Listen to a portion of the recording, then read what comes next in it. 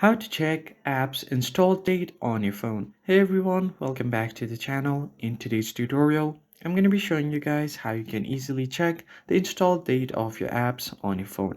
But before we get started, don't forget to leave a like down below and subscribe to the channel.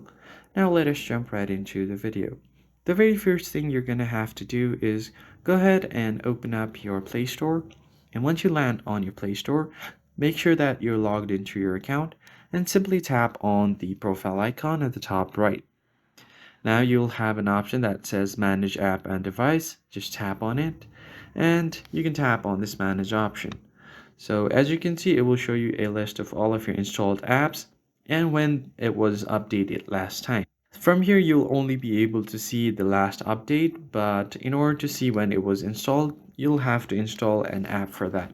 Go ahead and tap on the search bar and search for app info and hit enter. Now you'll find different options here. I'm just going to go ahead with this one and tap on install.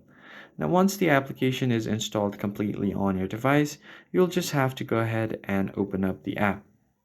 Now from here, just tap on open and you're going to have to allow some permissions for the app.